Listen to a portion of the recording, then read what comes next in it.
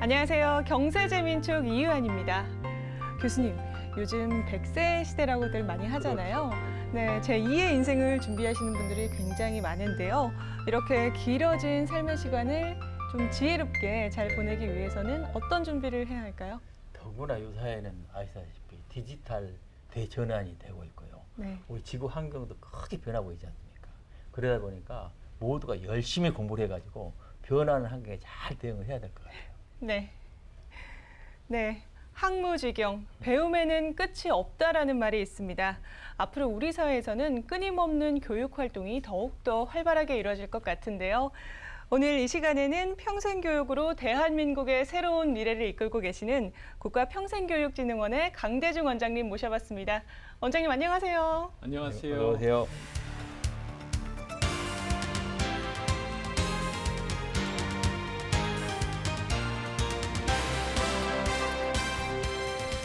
네, 먼저 시청자 여러분들께 본인 소개랑 인사 한 말씀 해주시죠. 네, 촉시청자 여러분 안녕하십니까? 저는 올 2월부터 국가평생교육진흥원 원장을 맡고 있는 강대중입니다. 국가평생교육진흥원 원장 맡기 전에는 서울대학교 사범대학 교육학과에서 학생들 가르치는 일을 했습니다. 예. 네. 우리 국민들에게는 이 학점 은행제로도 되게 친숙한 곳인데요. 국가평생교육진흥원이 어떤 기관인지 좀 소개해 주시죠. 네, 국가평생교육진흥원은 평생교육법에 따라 가지고 설립된 기관입니다. 2008년에 기관이 설립됐고요. 평생교육법에 평생교육에 대한 일종의 정의가 있는데요. 예.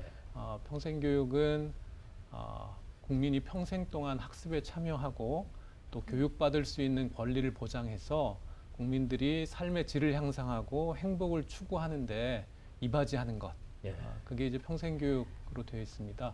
그 일을 잘 하기 위해서 교육부가 출연기관으로 이제 공공기관 형태로 설립한 기관입니다. 예. 예. 근데 원장님 평생교육진흥원에 우리 많은 분들이 학점도 따고 네. 지금 거기를 통해서 공부하고 있는 분 계시지 않습니까? 네, 네. 지금 얼마나 많은 분들이 거기 참여하고 계십니까? 저희 국가평생교육진흥원에서 운영하고 있는 사업 중에 아마 제일 널리 알려진 게 학점은행제일 겁니다. 학점은행제를 통해 가지고 지금까지 약 84만 명의 우리 국민들이 예. 고등교육 네. 학위를 받으셨습니다. 예. 그러니까 예. 이제 정규대학을 다니지 않으시더라도 교육부 장관 명의로 수여하는 것인데요. 예. 매년 지금도 6만 명 정도가 학위를 받으시고 있습니다. 상당히 많네요. 네, 네. 그리고 저희 원에서 운영하고 있는 프로그램 중에 이제 K-MOOC 프로그램이 최근에 이제 국민 여러분께 많이 알려지고 있는데요. MOOC 플랫폼 안에 약 1000개의 대학 1000개, 강의 예. 수준의 강의가 예. 올라가 있습니다. 그래서 국민들께서 다양한 분야의 대학 수준 강의를 아주 편하게 접근하실 수 있도록 예. 이렇게 제공하고 있습니다. 저도 대학에 있지만 각 대학에서도요 평생교육원이라고 있지 않습니까? 네. 그쪽하고는 있죠. 어떻게 다른 겁니까? 대학의 평생교육원들이 이제 학교부설 평생교육시설이라고 이제 법적으로는 명칭이 되어 있는데요. 예. 저희 그 국가평생교육진흥원이 네. 설립되어 있는 근거 법률인 평생교육법에 따라서 예. 또 대학의 평생교육원들도 설립되어 있습니다. 그렇습니까? 예. 지금은 저희가 직접적인 지원을 해드리거나 이런 건 못하고 있는데 예. 예. 평생교육원에서 학점은행제 이 과정을 운영하시는 곳들이 상당수 있고요. 각 대학에서요? 네, 각 대학들이 예. 이제 학점은행 제도를 통해 가지고 학점은행제 인정 과정들을 운영하십니다. 예. 그러기도 하시고 이제 평생교육원에서 여러 가지 자격 과정들 운영하시는 게 많이 있습니다. 자격과정. 네. 네. 요즘 이 100세 시대가 다가오면서 자기 개발이나 제2의 인생을 설계하신 분들이 많잖아요. 네. 저도 주변에서 평생 교육이라는 말을 정말 자주 접하는데요. 그렇죠. 예. 예. 원장님께서는 평생 교육을 어떻게 정의하시는지 궁금합니다. 평생교육을 어떻게 쉽게 이해하기로는 사람들이 이제 평생 동안 교육받는 것 예. 이렇게 쉽게는 생각하실 수 있는데요. 사실은 평생교육이라는 어떤 제도의 출발 혹은 우리 사회에서 그런 정책들을 시작한 거는 얼마 되진 않았습니다. 네. 그러니까 저희 나라에서 1995년도에 5.3일 교육개혁 하면서 이제 평생교육에 대해서 본격적으로 관심을 갖기 시작했고 한 20여 년 동안 이제 여러 정책들을 추진해 오고 있는데요. 우선 평생교육의 의미는 세 가지 정도로 좀 전 나눠서 생각할 수 있을 것 같은데 하나는 우리 인생의 전 단계, 우리 생애의 단계별로 다양한 교육이 필요한데 영유아기의 교육이 필요하고 또 아동과 청소년 단계의 교육이 필요하고 이제 청년 단계의 이제 대학 교육을 비롯한 고등교육이 필요하고 사실은 그 이후에 그 이후의 생애에 인생의 여러 단계들이 있는데 그 단계마다 사실은 적절한 교육이 필요합니다. 근데 그 동안에 과거에는 이제 학교 중심으로 이 교육 체제가 완성이 되어 있었고 학교 이후의 단계에 대해서는 적절한 어떤 교육적인 지원책들이 별로 없었거든요. 근데 지난 한 20년 동안 우리 사회에 이제 평생교육이다 해서 성인들을 대상으로 하는 게 많이 확장이 됐고 그 점에서 조금 더 우리가 좀 더 관심 가져야 할 게 노년기가 지금 엄청나게 길어지고 있거든요. 맞습니다. 그러니까 노년기의 평생교육을 어떻게 할 건가? 또 이렇게 생애 단계만으로도 볼 수 있지만 사실은 학교 이외에 많은 곳이 교육받을 수 있고 학습할 곳이거든요. 사실은 방송이라고 하는 거가 정보를 제공하기도 하지만 사람들에게는 방송을 통해서 많은 사실 학습하고 또 방송 자체가 교육의 기능을 아주 크게 갖고 있거든요. 그러니까 우리 삶에서 이렇게 과거의 전형적인 교육기관 외에 인생의 다양한 영역에서 사실은 학습하고 교육받을 수 있는 기회들이 늘어나고 있습니다. 그런 이 생활의 영역들에서 교육을 더 많이 받을 수 있게 되는 것. 또 궁극적으로는 평생이라는 말 안에 사실은 인생이라는 뜻이 있잖아요. 인생을 좀 보람차게 살아야 돼요. 그 말씀이. 그러니까 인생이라는 게 뭘까? 인생에서 보람을 찾는 게 뭘까? 인생의 가치와 의미는 무엇일까? 그런 게 이제 평생교육이라는 말 안에 다 함축되어 있다고 생각합니다. 원장님 그런데요. 제가 보니까 많은 분들이 은퇴를 하고 또 새로운 교육을 받고 싶고 또 직업도 바꿔보고 싶고 그럴 때 공부를 해야 되는데 마음은 있는데 어디를 가서 해야 될 것인지 이걸 찾기가 힘들더라고요. 그래서 그런 부분을 우리 평생교육진흥원에서 잘 소개를 해가지고 쉽게 찾아서 공부할 수 있도록 이렇게 만들어주면 좋을 것 같은데요. 이게 이제 디지털 정보 시대가 돼서 그런 정보들을 좀 더 가까이에서 찾을 수 있도록 저희 원에서 이제 늘배움이라고 하는 사이트를 운영을 하고 있습니다. 이 사이트를 조금 더 이제 국가적으로 업그레이드하자. 그래서 내년부터 온국민 평생 배움터라고 하는 것을 좀 새롭게 만들려고 합니다. 그래서 지금까지 여전히 국민 여러분께서 늘배움이라고 하는 사이트에 들어가시면 여러 공공기관들이 제공하는 각종 교육 프로그램들에 대한 정보를 찾으실 수도 있고 인터넷에 들어가가지고요. 늘배움 사이트에 들어가시면 됩니다. 늘배움 사이트. 그리고 집 가까운 데 있는 다양한 교육기관들이 있는데 동사무소도 있고 많이 있더라고요. 늘배움 사이트에 이제 그런 교육기관들에게 저희가 교육 정보, 프로그램 정보를 좀 올려달라고 부탁을 해놨습니다. 이제 거기 올라와 있는 곳들은 국민들께서 쉽게 좀 찾으실 수 있습니다. 더구나 요사이에는 보면요. 그 디지털이 크게 발전하면서 많은 분들이 상당히 호의를 받는 분이 많은 것 같아요. 그런 부분을 좀 배우면 모든 걸 잘할 수가 있는데 그런 게 잘 안 돼서 참 그런 걸 배우고 싶어 하는 분이 많더라고요. 그런 부분을 원장님이 잘 짚으시면 좋을 것 같은데.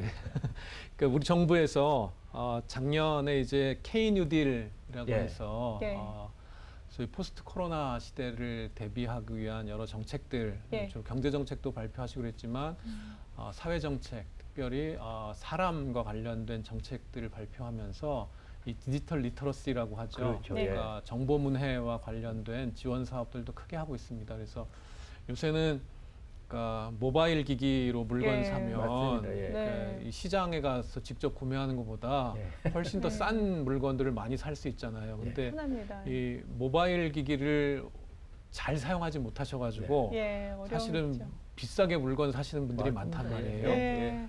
그래서 이 모바일 기기들을 어떻게 좀 손쉽게 활용하실 수 있을지 이런 교육을 원하시는 곳에 찾아가가지고 하는 교육도 하고 있습니다. 그래요?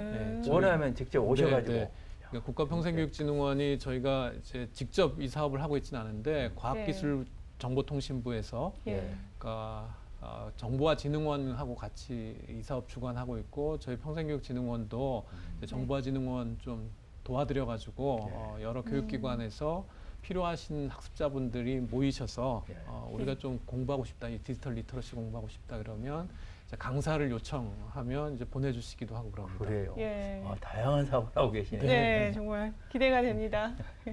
예, 그 코로나19 이후로 교육 환경에도 굉장한 많은 변화가 있었는데요. 네, 네. 특히 이 비대면 언택트 시대를 빼놓고는 얘기할 수 없을 것 같습니다. 원장님께서는 이 포스트 코로나 시대를 어떻게 좀 생각하시나요? 코로나가 여전히 기승이고 예. 최근에도 4자릿수 확진자가 계속 이어지고 있어서 사회적으로 걱정이 많지만 종래에는 결국 우리가 이 코로나를 이겨낼 거라고 생각합니다. 맞습니다. 좀 더 잘 관리하고 더 많은 분들이 이제 어려움 겪지 않도록 이제 극복해야 될 텐데요. 여러 학자들이나 또 정부 관련된 정책기관들에서 포스트 코로나 시대를 얘기하면서 두 가지 얘기하는 것 같아요. 하나는 포스트 코로나 시대에는 V자 반등이 있을 거다. 네. 그러니까 이제까지 이렇게 침체돼 있고 움츠려들어 있고 뭐 이게 경제적으로 들었지만 사회적으로 거리두기 때문에 다들 이렇게 움츠려져 있는데 이제 포스트 코로나 시대가 되면 그거에 이제 반등이 일어날 거다라는 V자 반등 얘기하고 네. 또 다른 하나는 이 코로나 때문에 기존에 우리 사회가 겪어왔던 이 양극화 문제가 더 심각해질 우려가 있다 해서 포스트 코로나 시대가 K자 양극화 시대가 될 거다라는 또 우려의 시선도 있습니다. 예. 평생교육이 이 V자 반등에 어떻게 기여할 건가, 또 K자 양극화에 그 양극화 현상을 완화하기 위해서 우리가 어떻게 대응할 건가, 이 두 가지가 다 이제 우리 사회 전 분야가 갖고 있지만 평생교육 분야가 특별히 더 관심을 가져야 될 거라고 생각하고 있고요. 저희 국가평생교육진흥원에서는 V자 반등과 관련해서 자발적인 시민들의 학습 모임을 조금 더 활성화하려는 이런 준비들을 하고 있습니다. 그러니까 지금 지역에는 많은 학습기관들, 이제 교육기관들의 시민들이 오랫동안 참여를 못 하시고 계시거든요. 그러니까 이런 여러 사회시설들이 다 문을 닫고 있기 때문에 그래서 이게 포스트 코로나 시대 때 어떻게 하면 좀 안정적으로 다시 열고 이제 오프라인에서 만나실 수 있고 그것을 통해서 좀 삶의 활력을 찾을 수 있을까, 이게 좀 한 축이고요. 다른 한 축은 결국 이 K자 양극화 시대가 오게 된다면 어려움을 겪는 분들을 어떻게 하면 좀 더 조직적으로 도와드릴 수 있을 건가, 이거 관련해서 저희 원에서 지금 평생교육 바우처 지원 사업을 하고 있습니다. 바우처 지원 사업. 특별히 저소득층들 분들께 학습비를 직접 지원해드리는 사업인데요. 이 사업 예산을 내년도에 조금 더 늘려가려고 지금 재정당국하고 협의하고 있고 국회에서 이제 예산안을 제출해 놨는데 국회 논의 과정에서 이 예산을 좀 더 늘려서 좀 어려움 겪는 분들에게 좀 더 많은 지원을 해드리려고 그렇게 준비하고 있습니다. 원장님이 잘하신 것 같은데요. 제가 보기에는 문제는 이제 그렇게 정부가 좋은 프로그램을 많이 공급을 해줘도 내가 스스로 공부하려고 하지 않으면 다 그게 실효성이 없잖아요. 맞습니다. 그걸 어떻게 하면 내가 스스로 공부하도록 만들 것인지 자발적인 대단히 중요한 것 같아요. 그런 부분도 늘 좀 확산 좀 시키면 좋을 것 같은데. 공부 좀 해보자 이게. 학습하는 게 중요하다. 하습해야지만 우리가 좋은 삶을 살 수 있다. 이런 인식은 조금씩은 확산되고 있는데 여전히 조금은 더디 가는 것 같습니다. 세상이 변하는 거에 비하면 이게 좀 더디 가는 것 같고 말씀드린 이제 평생교육 바우처 지원 사업이 그런 면에서 좀 기획된 사업이기도 한데요. 그러니까 학습에 참여하려고 하는데 몇 가지 이유가 있지만 가장 큰 일종의 장애 중에 하나가 돈 문제거든요. 학습 참여하는데 이제 돈이 부족해서 혹은 내가 뭐 당장에 생활하는데 필요한 돈도 부족한데 공부하는 데까지 뭐 이래서 망설이시는 분들이 많은데 국가가 소액이지만 저희가 바우처 통해서 1년에 35만 원 지원해드리거든요. 근데 35만 원 지원해드리면 그게 별로 큰 금액 아니라고 이렇게 생각하실지 모르겠지만 이제까지 이런 평생학습에 한 번도 참여 안 하셨던 분들이 네. 35만 원을 받고 처음 참여하시는 분들이 계세요. 예. 근데 저희가 그분들 연구를 좀 해봤는데 예. 저소득층 이제 기초생활수급자분들 중에 35만 원을 받은 뒤에 예. 한 달에 2만 원 조금 넘게 개인 돈을 더 쓰세요. 아, 공부하는데. 그러세요? 그러니까 국가가 소액을 드렸는데 예. 그거 가지고 학습 참여하시는 재미를 게 느끼시고 그런. 이게 되게 네, 좋구나. 되는구나. 예. 네. 그래서 자기 돈을 조금 더 쓰시는 거예요. 예. 그래서 이게 국가가 모든 국민들의 평생학습을 다 책임질 수는 없잖아요. 예. 그러니까 모든 돈을 다 드릴 수는 없는데 이렇게 소액 드리니까 그동안 큰 관심이 없으셨던 분들도 관심을 갖고 참여한다라는 걸 확인을 했습니다. 그래서 이게 작은 재정이지만 지원해드리면 이런 자발적인 학습 참여를 꾸준히 이어갈 수 있는 네. 그런 계기도 될 수 있는 것 같습니다. 그런데 네. 많은 노령 인력이나 어려운 분들은요, 예를 들어 컴퓨터를 좀 하다 보면 뭐 모르는 것도 있고 또 스마트폰 쓰다 보면 여러 가지 용도가 있지 않습니까? 네. 모르는 부분을 네. 배우고 싶은데 쉽지 않게 네. 보이지도 않고 쉽지 않으니까 그런 부분을 좀 잘하는 젊은 사람들이 좀 예. 도와주면 그런데 좀 바우처를 지원해가지고 네, 배울 네, 수 있도록 네, 네. 이런 걸 해주면 효과가 있지 네, 않을까 네, 하는 그 네, 생각도 네. 저는 가져봅니다. 네, 네. 아니 나 교수님 말씀처럼 사실은 평생학습이 잘 이루어지는 사회에는 예. 누구나 가르치고 예. 사실 그러니까요. 누구나 배울 수 있는 예, 예. 그게 자유롭게 서로 만날 수 있는 배우는 사람과 가르치는 사람이 특별히 우리나라 같은 경우는 젊은 연령층은 사실 학력 수준이 전 세계에서 그렇죠. 최고 수준이고 그렇죠. 그 반면에 노령층은 예. 사실은 읽고 쓰는 것도 완전하게 못 배우신 분들이 네. 적지 않거든요. 격차가 그러니까 이 크네요. 세대 간의 이 격차 문제가 우리가 매우 크고 그래서 사실은 세대 통합을 위해서도 이렇게 서로 가르치고 배움을 통해 가지고 만날 수 있는 기회를 많이 만드는 게 사실 절실히 필요한 나라이기도 합니다. 원장님 말씀처럼 저도 사회 현장을 보면 직업이나 직종도 끊임없이 변화를 하고 네. 그 내용도 바뀌고 또 없어지고 새로운 게 등장하기 네. 때문에 그게 빨리빨리 적응하지 않으면 생존하기 어렵단 말이에요. 그런 부분에 빨리 적응할 수 있도록 교육을 네. 빨리빨리 해줘야 되는데 네. 그러려면 우리 평생교육원에서 K묵부 사업하고 있잖아요. 네, 네. 그런 사업이 좀 활성화됐으면 좋겠다. 네. 저는 네. 그런 생각을 했거든요. 네. 어떻게 잘하고 계시죠, 그 부분? 네, K무크 통해서 지금 대학 수준의 예. 교양 강좌나 예. 혹은 대학에서 이제 실습을 하고 이런 거는 아직까지는 원활하지 못하지만 단순한 지식이나 이런 걸 전달하는 강좌들은 전문 분야까지 저희가 많은 강좌들을 제공하고 있습니다. 그래서 원하실 때 필요로 하는 네. 것들을 K무크를 통해서 온라인으로 편하게 이제 공부하실 수 그러니까 있도록 말입니다. 제공하고 있고요. 예. 기술이 발전해서 제 생각에는 이제 메타버스가 그렇죠. 예. 점점점 예, 예. 확장되고 네. 있는데 이 가상현실 속에서 예. 사실은 실험 실습까지도 할 수가 있거든요. 지금 그 기술이 뭐 하루가 다르게 발전하고 예. 있어서 그러니까 가상현실 안에 들어가서 아주 현장하고 똑같은 것을 경험할 수 예. 있는 그런 기술이 더 발전하게 되면 예. 그러니까 K무크 플랫폼 안에서 예. 이제까지는 오프라인에서 반드시 해야 했던 이 교육도 온라인 상에서 이제 잘 받으실 수 있는 그런 네. 시대를 좀 앞당기려고 예. 노력을 하고 예. 있습니다. 앞으로 우리나라의 평생교육이 활성화되고 더욱더 발전하기 위해서는 어떤 차원의 노력이 좀 필요하다고 생각이 드세요? 제 생각에 우리 평생교육이 많이 발전은 하고 있지만 예. 제일 큰 문제가 그 참여하는 데 있어서 양극화 문제가 심각합니다. 예. 그러니까 아까도 말씀드렸지만 이제 뭐 저소득층 분들이 고소득층 분들에 비해서 참여하는 비율이 현저하게 낮습니다. 예. 그러니까 네. 가령 소득 수준으로 봐서 500만 원 이상이 소득이신 분들이 한 45% 예. 정도 이제 평생학습 참여율이 조사가 되거든요. 근데 150만 원 소득이 예. 가구 소득이 150만 원 미만이다 이러면 29% 예. 정도입니다. 한 15% 정도 참여율 격차가 있고 이게 학력 격차도 또 고스란히 평생학습 참여율에 있고 또 연령대별로도 좀 차이가 있습니다. 그래서 65세 이상하고 20, 30대 하고 보면 네. 또 엄청난 차이가 있고 이러거든요.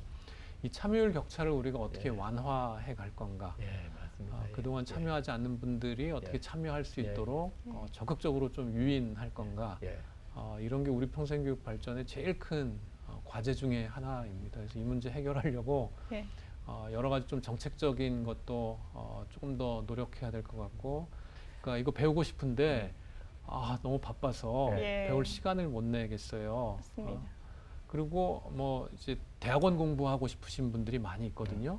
근데 대학원 공부할 만큼 시간을 못 내서 이제 하다가 중단하시는 분들도 많이 있거든요. 근데 조금 선진국 됐으니까 모든 국민들이 학습하는데 좀 시간을 보장받았으면 좋겠어요. 그게 좋은 아이디어입니다. 1년에 뭐 가령 몇 시간 이렇게도 할 수 있겠지만, 직장 다니시는 분들은 한 10년 정도 어느 직장에 재직했다. 그러면 그 직장에서 10년 다녔으니까 6개월쯤, 혹은 뭐 우리 직장은 상황이 좋으니까 1년쯤 학습하는데 너가 휴가 쓸 수 있다. 대학이 안식년 하고 있죠. 네, 안식년 같아요. 대학 교수님들 그런 식으로 하시는데 하면 것 같은데요. 일반 직장에서도 그런 거 했으면 좋겠고, 좀 국가가 그런 이제 걸 시행하는 기업들에게 조금 혜택도 주고 이러면 좀 우리 국민들이 좀 더 윤택한 삶, 또 정서적으로 풍부해진 삶, 또 그 자기 능력을 조금 더 개발할 수 있는 그런 시간들을 많이 가질 수 있게 되지 않을까, 그런 생각합니다. 다음 정부에서는 원장님 말씀하신 그 학습 휴가제 이거 조금 도입되기 반영이 됐으면 좋겠습니다. 그 적극적으로 응원하겠습니다. 홍보를 많이 해주십시오. 아주 대단히 좋은 아이디어고요. 마지막으로 앞으로 이 국가평생교육진흥원을 어떻게 이끌어 나가실지 향후 목표가 있으실까요? 국가평생교육진흥원이 이제 평생교육을 주도하는 정책 전문기관으로 이제 설립이 되어 있는데요. 2008년에 설립되고 이제 한 12년, 13년째 됐습니다. 우리 기관이 그동안 뭐 여러분들을 위해 가지고 많은 일도 했지만, 아직까지 평생교육의 혜택을 누리지 못하시는 국민들이 상당히 있고, 이런 여러 정책 사업들에 대해 가지고 알지 못하시는 분들도 꽤 많이 있습니다. 그래서 저희 해오던 일들 좀 더 많이 알리고 홍보하려고요. 그리고 디지털 전환 시대, 또 포스트 코로나 시대 맞아서 새로운 어떤 평생교육의 모형, 또 플랫폼 이런 걸 좀 많이 개발해서 국민 여러분들이 좀 더 손쉽게 원하는 학습하실 수 있도록 저희 기관이 적극적으로 지원하는 그런 역할들 하는데 최선을 다하겠습니다. 우리 방송과도 협력을 하셔가지고 적극적으로 홍보를 하셔서 모든 국민이 활용할 수 있도록 해주면 좋을 것 같습니다. 감사합니다. 지혜는 학교에서 배우는 것이 아니라 평생 노력해서 얻어지는 것이라는 말이 있습니다. 빠르게 변화하는 시대 속에서 평생교육은 이제는 선택이 아니라 필수인 것 같습니다. 오늘 경제재미 촉에서는요, 국가평생교육진흥원 강대중 원장님과 함께 이야기 나눠봤습니다. 오늘 말씀 고맙습니다. 감사합니다. 고맙습니다.